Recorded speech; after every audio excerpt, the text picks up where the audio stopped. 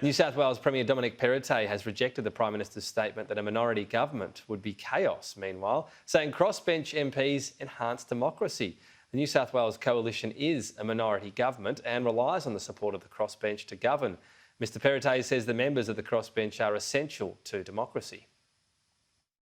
We may have a different view from time to time in terms of the crossbench and the opposition, but in some ways it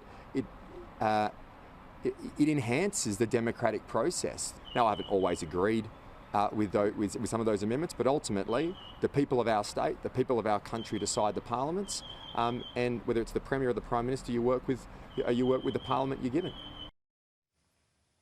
Former New South Wales Liberal Party leader Perrottet, who was a leader within a hung parliament, told Sky News minor parties pose greater issues for a federal parliament.